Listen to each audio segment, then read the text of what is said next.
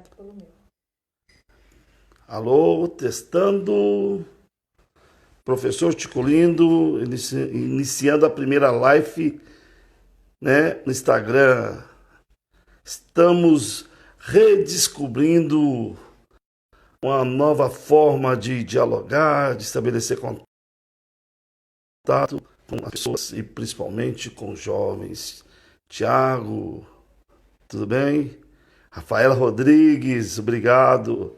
Você tem sido uma grande apoiadora. Você, Aline, é muito importante que os jovens estejam aqui nesse momento, porque esse diálogo que eu quero com vocês é, é direcionado para os jovens, né?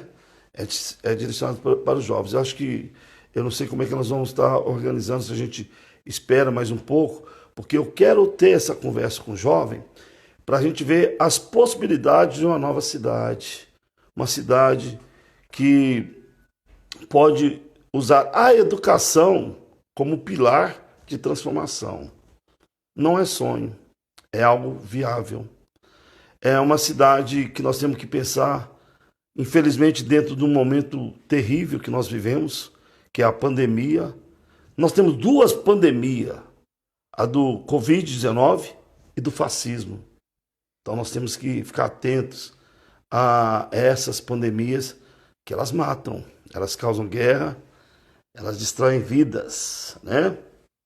Então, o tema dessa live é pré-requisitos para um pré-candidato a prefeito. Vocês não sabem porque, de repente, eu escolhi esse tema, né? Boa noite a todos, Carlos, tá? A Gabi, João. Eu, às vezes, sou meio assim atrapalhado. Eu escolhi, pessoal, porque é o seguinte: no dia que eu tive live com alguns blogs de informação, Amanda 13, que legal, Estela, tá chegando gente, eu acho legal isso. Eu vou dar uma segurada para a gente começar o diálogo, porque o diálogo o que eu tenho para falar é muito importante. Enquanto isso, nós temos que pensar o que está acontecendo no mundo, o que ocorreu, né? Essa questão da pandemia, nós estamos vendo uns dogmas sendo quebrados, né? Tem muita gente que até pouco tempo falava muito aí de liberalismo econômico, que o Estado é mínimo, tem que desaparecer o Estado, fim ao Estado, tá? Laura, obrigado, Tiago Augusto, Estela, Amanda 13, né? Olha só, eles falavam isso, né? Eles falam que o Estado é mínimo, que o Estado não pode interferir na economia. Primeiro como eu sou professor de História, Rafael Carvalho, meu grande irmão, companheiro, obrigado por estar acompanhando. E de Geografia, eu tenho que explicar alguma coisa que talvez muitos de vocês sabem, né? Mas talvez outros não sabem.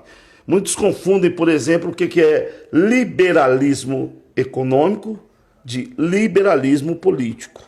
O liberalismo político é o sistema político que a gente tenta viver, né? Eu falo tenta porque a gente não vive. Seria a democracia liberal, né? Por que eu falo que tenta? Porque, infelizmente, toda vez que no Brasil alguém tenta fazer algo, né? Algo que vai de encontro aos anseios da maioria da população, né? Quando eu falo a maioria, são as pessoas pobres, pessoas carentes, que tecnicamente a gente chamaria também de minoria, porque são pessoas excluídas, que estão à margem, que estão marginalizados, né? Os negros, LGBT, né? Os pobres, né? Enfim, os trabalhadores. Então, muita gente pregava que tem que ter meritocracia, né? Ou seja, que cada um consiga seu espaço pelo seu próprio mérito. Acho que é bonito isso é muito bonito.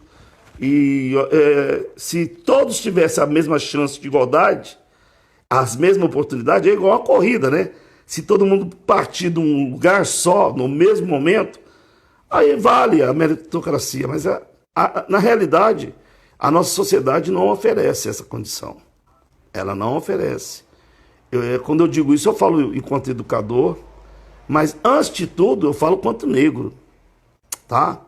falo contra o negro, que a cor da pele, não que eu tenha vergonha, me orgulho muito, eu me emociono de saber a raiz da onde eu saí e o que o meu povo passou, o que meu pai e minha mãe passou para que eu estivesse aqui, né? Um negro que era da Vila Progresso, palhaço, não tenho vergonha, palhaço ticulino, tá?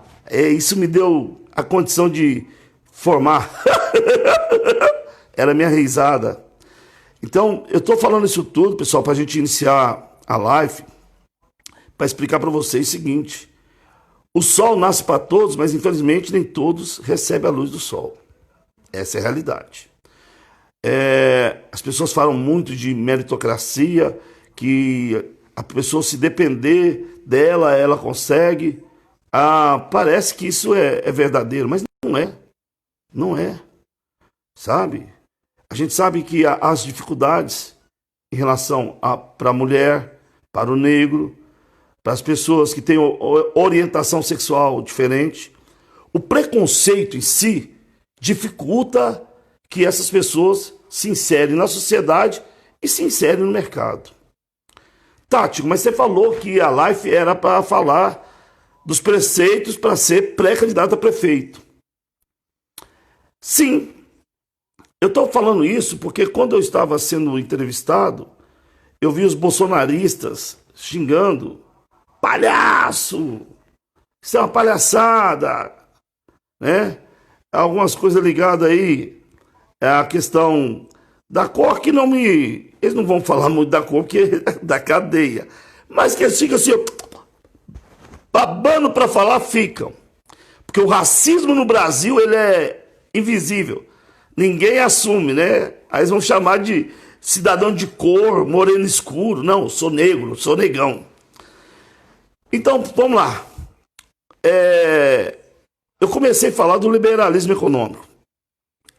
E aí nós sabemos que esses bolsonaristas, eles são fascistas. Mas alguém que estudou história vai falar assim: Tico, peraí, os fascistas são antiliberal, antidemocrático, antissocialista, eles pregam a violência, eles pregam o discurso do ódio, eles pregam que tem que seguir o líder, né? Por exemplo, eu não estou podendo mexer com a minha mão, porque eu estou segurando o celular. Por exemplo, a palavra fascismo vem do feixe, vem da Itália, como Mussolini. Feixe, quem morou na roça sabe, é o feixe de lenha, você amarra os gravetos ou o pedaço de pau, tudo junto e dá um nó, e ali fica firme, é o feixe. Então, Mussolini queria dizer o seguinte, que o povo de uma nação tinha que estar todo junto, coeso, sem nenhum pensamento diferente, e seguir o líder. Ele fala isso, no fascismo, ele fala isso: o Estado é tudo, enquanto questão política. O indivíduo é nada. Ou seja, você não pode discordar. E isso é tão sério que eles são práticos, né? Eles não vão aceitar um cara com deficiência física, porque eles acham que é gasto para o Estado. Então elimina. É assim que funciona. Só que o fascismo, o neofascismo, ele vem com uma roupagem diferente. Ele usou o discurso do liberalismo econômico, né?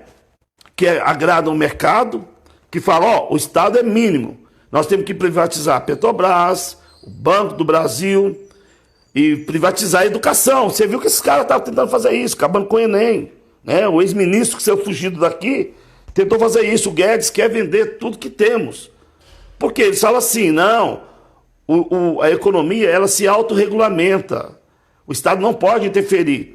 Quando me faltou o nome agora, eu vou lembrar daqui a pouco.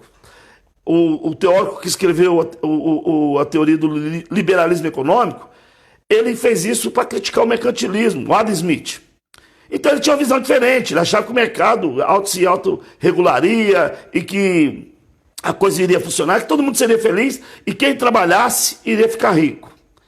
Só que na realidade, no capitalismo, nós percebemos que existe uma coisa chamada oligopólio, né?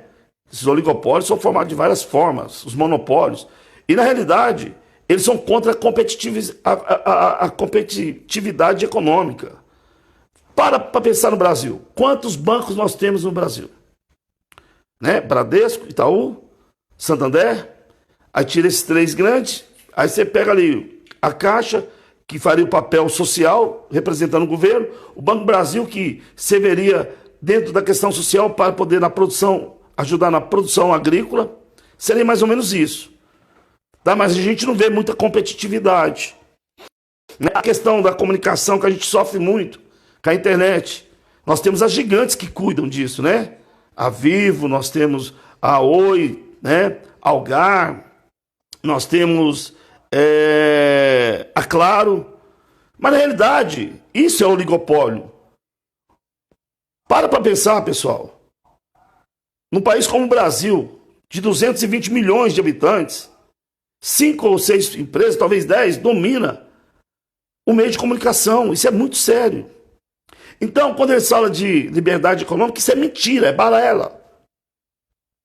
E outra coisa que eles usam, eles sempre, irmã de Leusa, obrigado pela presença, só me deixa orgulhoso, tá? A senhora é muito importante, eu tenho o maior respeito pela senhora. Então, gente, o que eu quero dizer para vocês? Essas pessoas, elas pensam em lucro.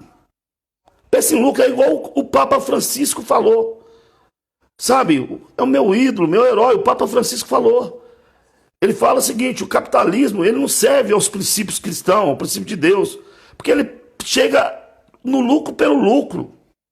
Só que aí, o que é triste disso tudo, é que os neofascistas também usam o nome de Cristo. Usam o nome de Deus para justificar preconceito, perseguição, o ódio, defender os interesses de uma minoria.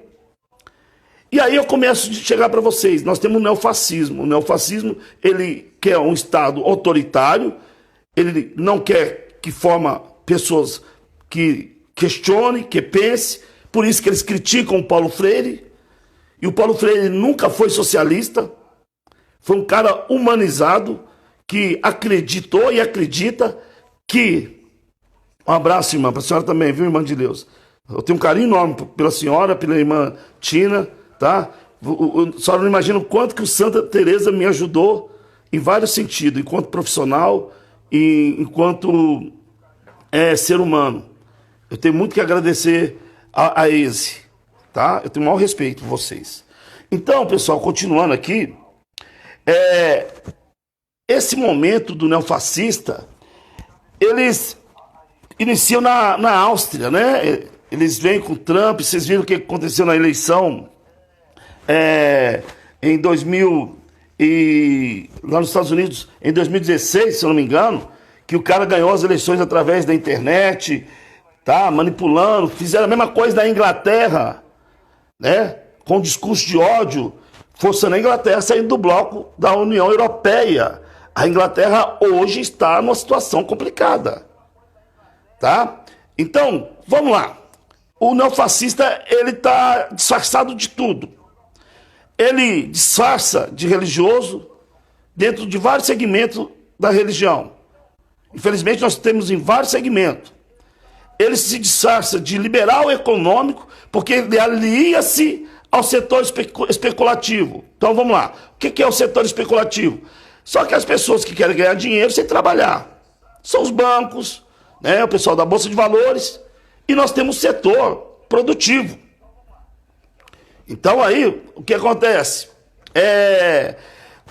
Eles veem que esse papo furado de que tem que resgatar a moral da família. Eu tô falando que é o papo furado porque eles não querem resgatar a moral da família. Se quisesse, pessoal, eles não fariam o que fazem em Brasília. O cara protegendo o miliciano, tendo discurso de ódio, de preconceito, e em momento algum consegue falar ou trazer algo de conforto para a população. Nem isso consegue. Então, é muito sério que nós estamos vivendo. E essas eleições que vão ocorrer agora é um momento de marco para a gente dizer basta. Basta. Eu quero um país diferente.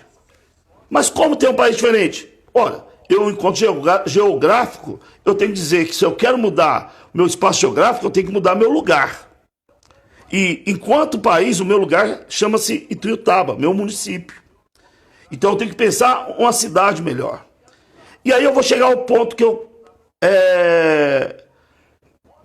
eu disse que ia chegar, que é o pré-requisito de ser um pré-candidato a prefeito. Olha, muitos diziam que talvez se ter status social, ter condição financeira, ter um nome, ou como fala assim, nome tradicional, de família, aquela coisa toda. Não. Para mim, o pré-requisito, primeiro, é sonhar. Sonhar, Tico? É, sonhar. Sonhar uma sociedade mais justa, uma sociedade mais honesta. Mas, gente, quando a gente fala de honestidade, não é só questão do dinheiro, não. A honestidade está em tudo que a gente faz. Tá? Nos valores que estão incutidos nas nossas religiões. Né? E aí eu tenho que falar, o pessoal não gosta de falar em religião, às vezes, eu falo para a gente ter uma referência. Lembra de Cristo, conhecer. Aí eu falo também de Sócrates, conhecerás a verdade libertará. Então, a gente tem que buscar isso. Oh, mas como conhecer a verdade? Através da educação. Então vamos discutir educação dentro do município. Eu, hoje, sou um pré-candidato a prefeito, né, pelo Partido dos Trabalhadores, e quero, né, participar de um possível pleito eleitoral. Por quê? Porque eu tenho sonhos. Eu tenho sonhos que eles são palpáveis e que eles podem ser realizados. Eu tenho um sonho em que um município pode ser administrado por pessoas que, mesmo sendo de origem humilde, negras, brancas, mulheres ou então de orientações sexuais diferentes, mas que sejam corretas e sinceras. E para mostrar que é sincera, que isso é muito difícil, faça algo transparente. Cria um mecanismo em que a população participe, opinando, mas também cobrando. E essa forma de opinar a gente chama de planejamento participativo, que é muito simples de dizer e pensar, através dos conselhos temáticos. Quem é educador ou aluno sabe que tem conselhos para tudo. Conselho para educação, tem conselho para saúde, tem conselho para a questão da etnia racial, tem conselho para merenda, tem conselho para saber o investimento de asfalto. Olha, pessoal, esses conselhos existem, mas não funcionam como deveria. Eles existem da seguinte forma: o município ele coloca o representante deles para dialogar com os representantes da população, e a população escolhe pessoas capacitadas para poder dialogar. E aí, pessoal, nós temos que lembrar que Tuiutaba é uma cidade da educação. Temos 3 universidades, Diocélio. Diocélio, te amo. Você é um aluno lá de Santa Vitória que hoje está dando um show aí em Santa Vitória. Tá? É um exemplo, viu, Diocélio? Eu tenho muita felicidade de ver você sendo respeitado. Aquele menino, é isso que eu estou falando. Muitas vezes as pessoas criam preconceito para desmerecer o ser humano pelo tamanho, pela cor ou pelo peso. Mas as pessoas são muito mais do que elas aparentam. As pessoas são pela alma e não pelo peso. Tá, Elcimar? Obrigado também por você estar aqui. Então, voltando aí à questão do município, se a gente consegue fazer esses conselhos funcionar, onde chegam as demandas de vários setores até o município, a gente começa a direcionar para fazer um governo voltado nas necessidades da população. Mas é claro que isso não é só para pessoas carentes, é claro que isso é principalmente para todos e principalmente também para os produtores. Cara, como que eu vou falar de trabalhador se eu não vou falar do empregador? Aí, vocês me desculpem, eu tenho que fazer uma crítica ao atual sistema. Os caras pegam 1 bilhão, 300, 400 milhões e entregam para o banco, mas não passa para os produtores para manter os empregos das pessoas, porque hoje nós estamos numa pandemia e nós temos que salvar vidas. Tudo bem, é uma crítica que eu estava fazendo. Mas vou voltar no município que eu sonho. E porque um pré-candidato sonha nesse município. Nós vamos ter uma pandemia, e o Diocélio sabe disso, que infelizmente a economia está caindo. Está caindo muito, Daniela. Tem pessoas que hoje já não têm para comer, sabe? o Bela Garcia. E depois da pandemia não vai ter nada, não vai ter onde comer, onde trabalhar. Aí vem a importância do poder público. No caso da prefeitura, seria o Estado que representa. Claro que nós temos o governo federal que tem que fazer o seu papel, o governo estadual, mas nós estamos vendo que, infelizmente, estão jogando tudo para cima dos prefeitos.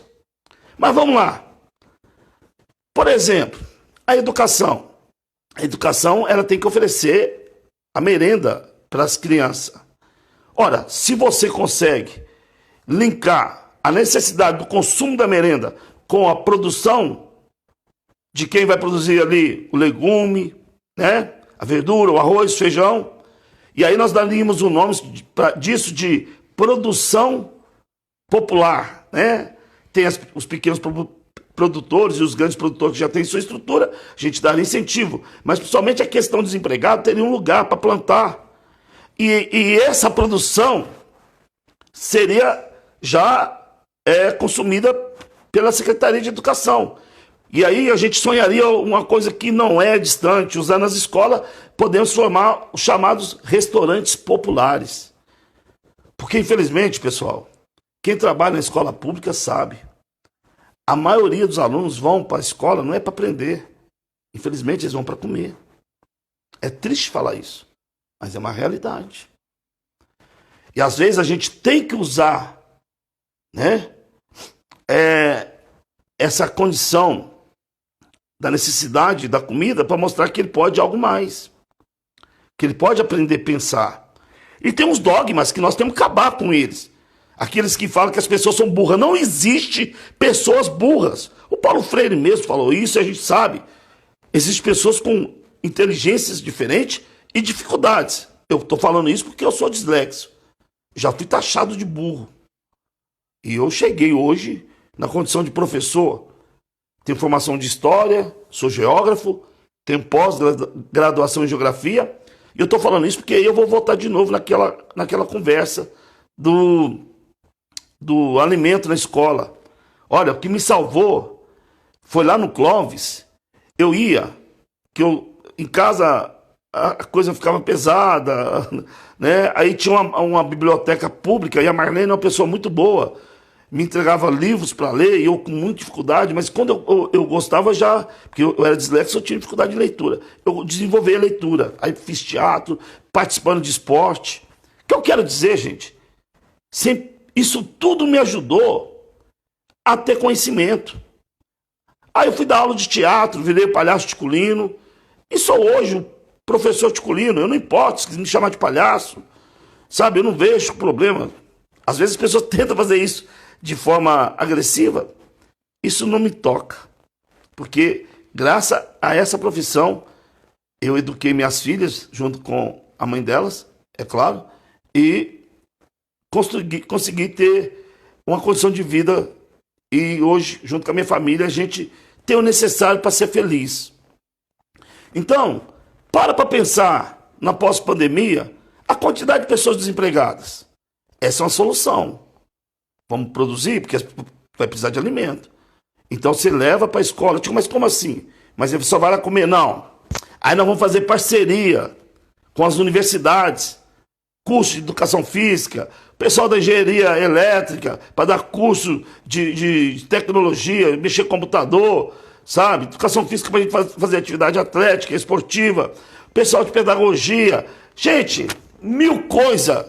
E aí você leva a família. Leva o pai, leva a criança e segura esses lá no final de semana. Abre a escola. Nós temos ginásio nas escolas, não só nas escolas municipais, nas estaduais, nos ginásios Romão. Leva. Olha, nós vamos estar tirando as pessoas do individualismo da internet. Nós vamos estar interagindo com as pessoas. E principalmente, aí, com esse diálogo, nós podemos livrar muito jovem das garras do tráfico. Essa é uma ideia. Essa é uma ideia. Nós temos ideias também que parece batida, mas nós vamos ter que repensar isso, como Banco do Povo. Alguém fala, Tico, isso já teve, não deu certo. Olha, as coisas só não dão certo quando não quer. Aí eu vou falar outra coisa para vocês, que é uma coisa que me preocupa e deve preocupar vocês também. As pessoas preocupam com corrupção. E tá certo, tem que preocupar.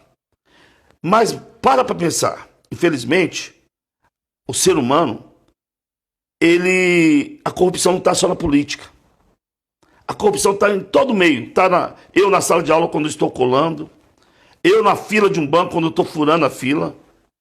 Eu na fila do SUS que eu estou passando na frente para deixar um outro que precisa para ser atendido mais rápido. Quando eu penso em mim individualmente primeiro, eu esqueço do outro. Então, para não ter esse problema, o que é a melhor coisa? Faz as coisas claras. Aí vem os conselhos temáticos que eu falei para vocês. E aí algo mais interessante que eu acho, a autoavaliação. Gente, ninguém quer ser avaliado porque as pessoas têm medo de ser avaliado. Todo mundo, aluno, professor, aí político também tem medo de ser. Marina, minha filha, fico orgulhoso de você estar assistindo o papai aqui, tá?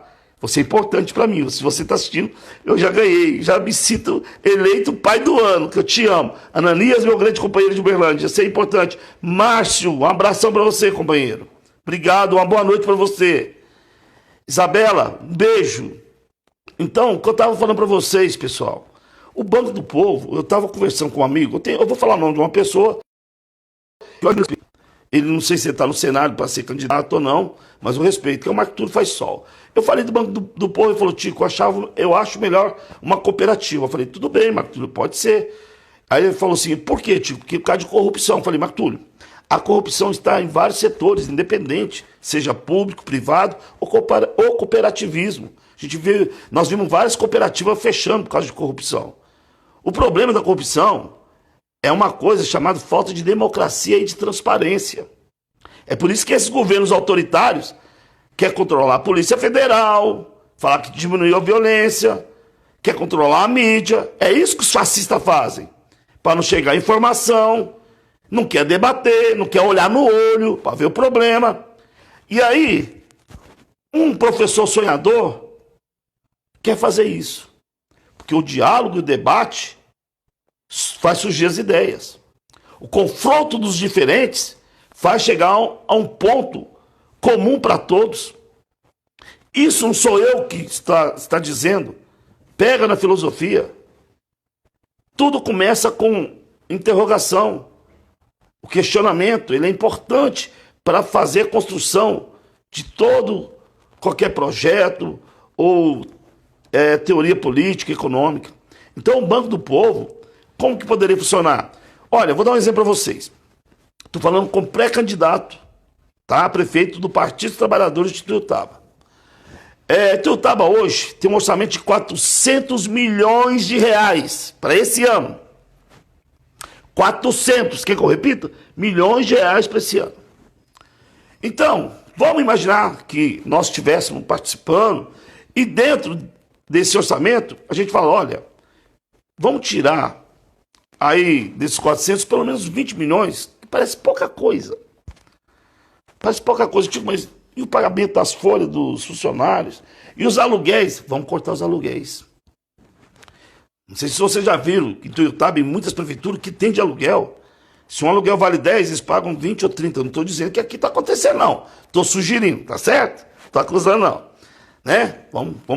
Vou dar um exemplo agora. Agora eu posso falar de uma coisa real de Tuiutaba. O centro administrativo, não, a prefeitura de Tuiutaba foi tombado. Eu apoio o tombamento.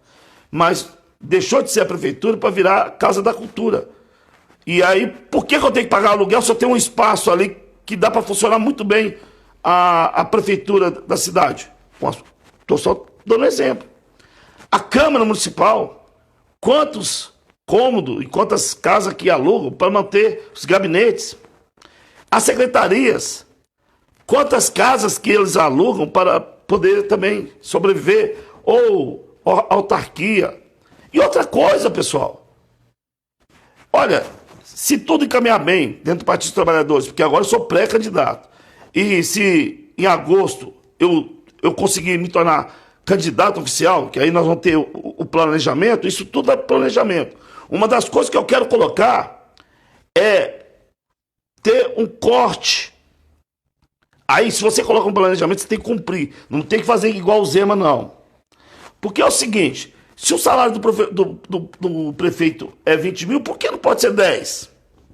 Se o salário de um vereador é de 7 ou 8, por que não pode ser 4? Já que ele reúne 2 vezes por semana. E se ele quer realmente contribuir, por que não pode disso? Porque o vereador ele não deixa a outra profissão. O prefeito tem que ter exclusividade. Tudo bem, mas 10 dá para o sujeito viver. Dá para o sujeito viver. E o secretário também. Dá para baixar 8. Por que eu estou falando isso?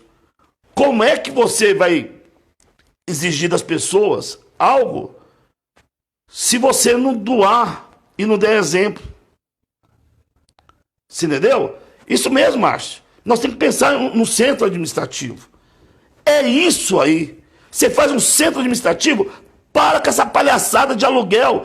Quanto tempo? Márcio, vamos fazer as contas aí. Dos 20 anos para cá, de tanto de aluguel que já pagou, quantos centros administrativos já não poderiam ser feitos? Outra coisa, Márcio, que é importante, nós vamos ter que discutir isso. A prefeitura tem que ser informatizada. PH Santos, seja bem-vindo, meu irmão. Tem que ser informatizada. Você viabiliza o atendimento, tá? Não estou falando em desemprego, não. Você viabiliza o atendimento. E outra coisa, nós temos que fazer concurso para professor, porque tem muito esse negócio de contratar, tem o chamado de... Os contratos, tem que rever muita coisa. Você dá uma enxugada, porque não é também chegar em cima das pessoas para pedir sacrifício, não. Eu estou falando isso, e eu posso falar isso, porque se eu conseguir... Não, dentro do partido está tranquilo, mas confirmando a nossa candidatura, nós vamos disputar a eleição sem tirar dinheiro do bolso. Se for confirmado, não vai ter isso. Então, desculpa a expressão, eu não terei o rabo preso com o senhor ninguém.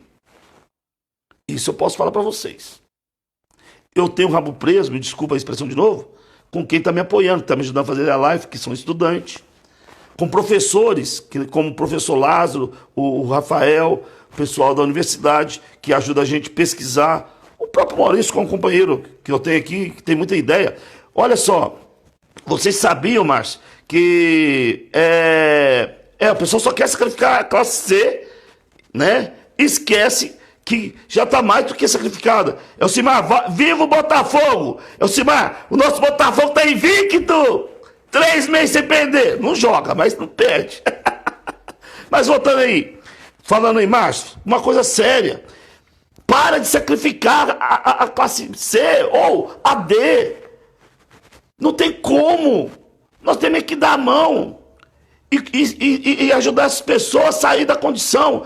E aí isso é um exemplo do município, porque nós temos que pensar isso a nível de Brasil.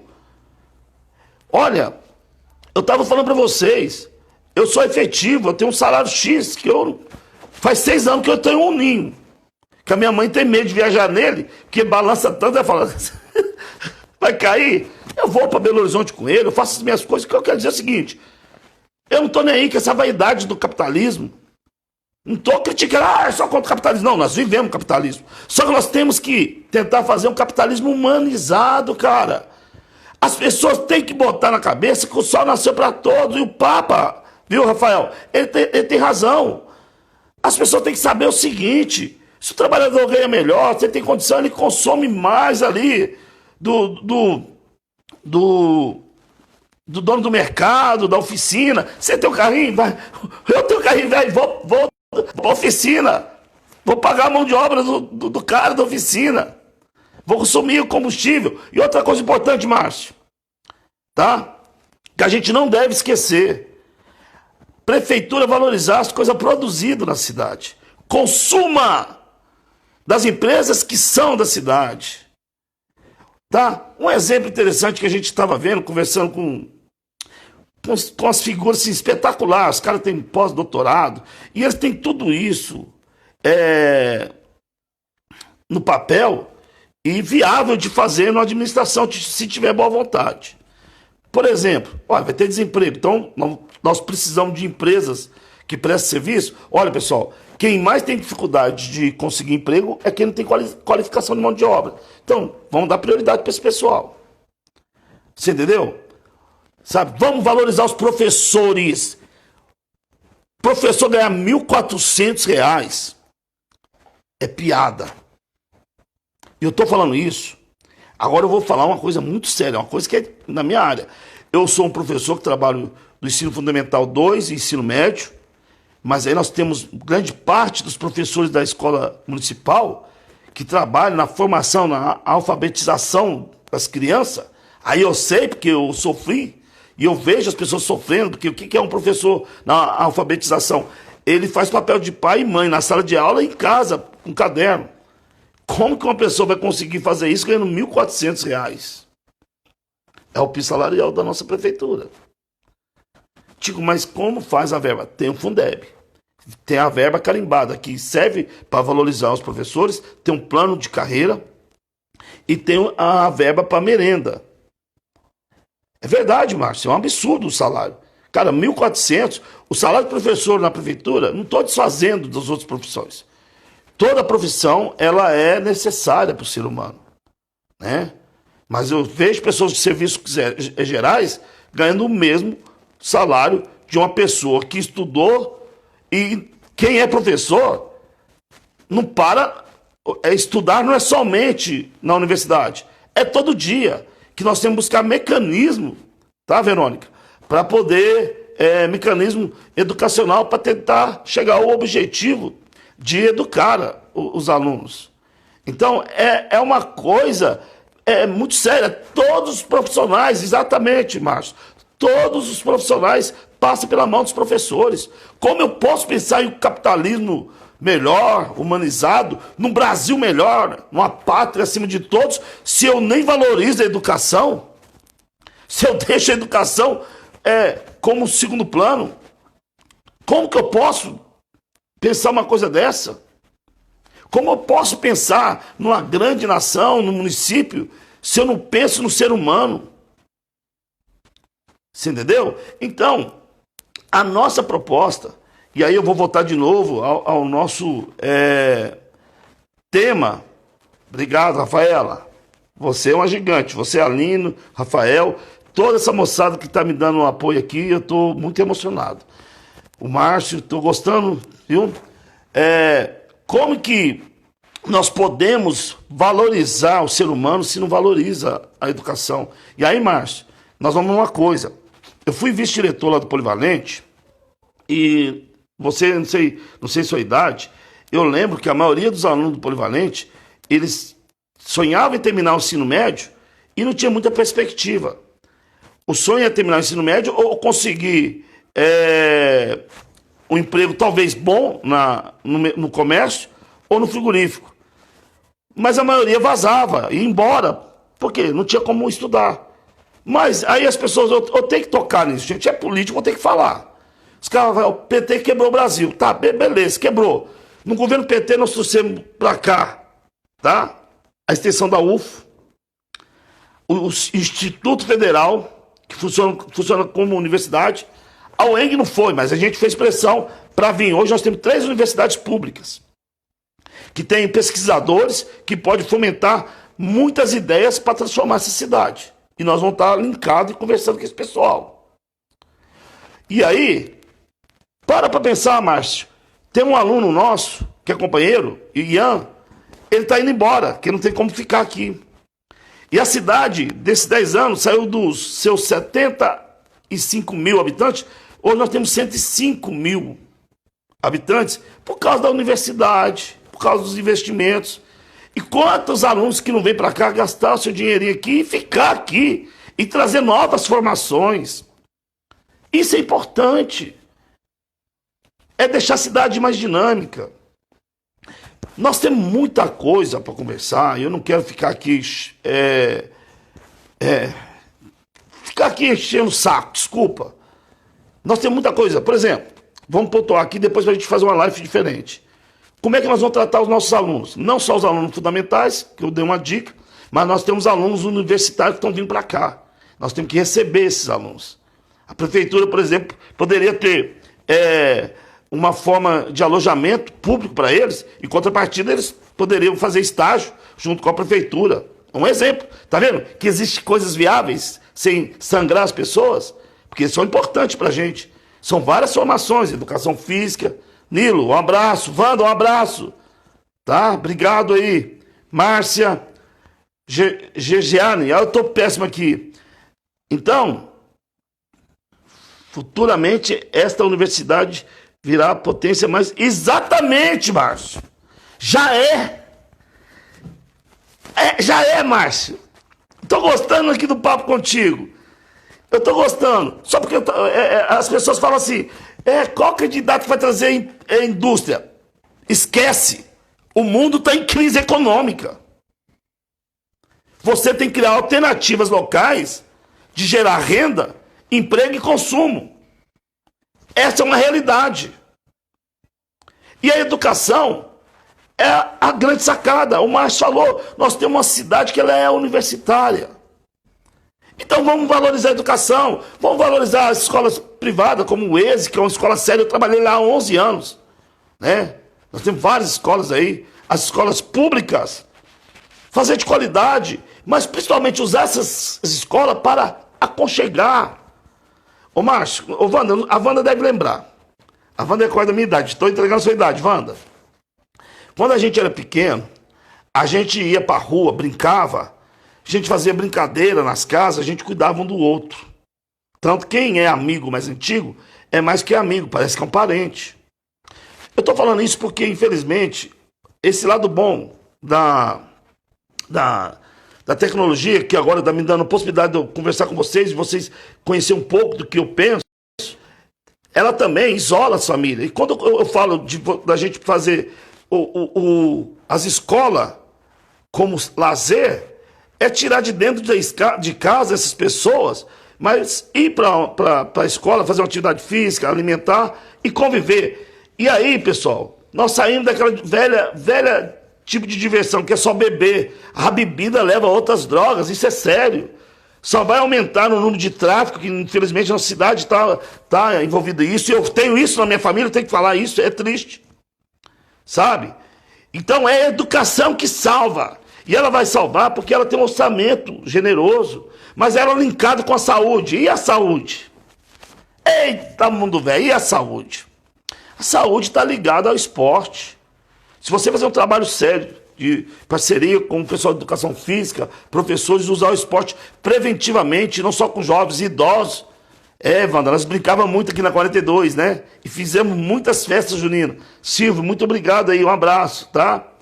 Raul Marcos, seja bem-vindo, meu companheiro. Então, eu estava falando para vocês, a gente usando esporte, cara, hoje eu fui na farmácia sem gozação. Olha, não assusta. Eu sou assim, ó, eu gosto de mostrar a verdade. Olha aqui, ó. Tô com 120 quilos. E a minha pressão tá assim, eu tô quase infartando. Eu preciso de uma atividade física. Claro que o momento é complicado. Agora, para pensar os jovens da minha idade que não conseguem fazer isso. Eu já fui atleta, né? Os idosos que não conseguem fazer uma atividade física. E aí, fica ocioso com bebida, com bolsa, vai problema, vai parar lá no pronto-socorro. Você pode ver, tem muita coisa ligada a droga, acidente, droga, bebida alcoólica, droga, né? Mas se você faz usando a educação, conscientizando, valorizando a saúde, e aí nós vamos pegar a saúde, né? Vamos mexer na ferida agora? Porque quem quer falar a verdade, cutuca. Médico para posto de saúde não é para receber 10 ou 12 mil, sei ou 15, sei lá, e ficar 2 horas, não. Tem que cumprir horário. Tem que cumprir horário. E tem que fazer os médicos, junto com o pessoal agente da saúde, visitar. Cara, se a gente pegar a estrutura do SUS, que já existe, e fazer de uma forma correta, eu não digo que nós vamos resolver o problema da saúde. Mas que vai ajudar muito significativamente, isso vai. Então, isso que eu estou fazendo aqui com vocês é dando uma palhinha do que uma pessoa, né? Como é que é mesmo, Aline? Nós falamos aqui, até pedi o nome do tema aqui. Pré-requisito para ser pré-candidato a prefeito. Eu estou aqui porque tem uma sobrinha me ajudando com a parte tecnológica. Eu não escondo nada de vocês, não. Eu estou falando, primeiro, falei sonhar. Segundo, coragem para fazer o sonho realidade. Terceiro, ter bons parceiros. E para ter bons parceiros, você tem que sair fora de quem só pensa em dinheiro. E vem com discurso formado, bonitinho, sai fora deles. Yata, Anderson, meu grande irmão, Silvio, estamos juntos. Oh, obrigado, Silvio. Yata, se você tá aqui, eu tô me sentindo importante. Você é importante na minha vida. Eu te amo e você sabe disso, tá?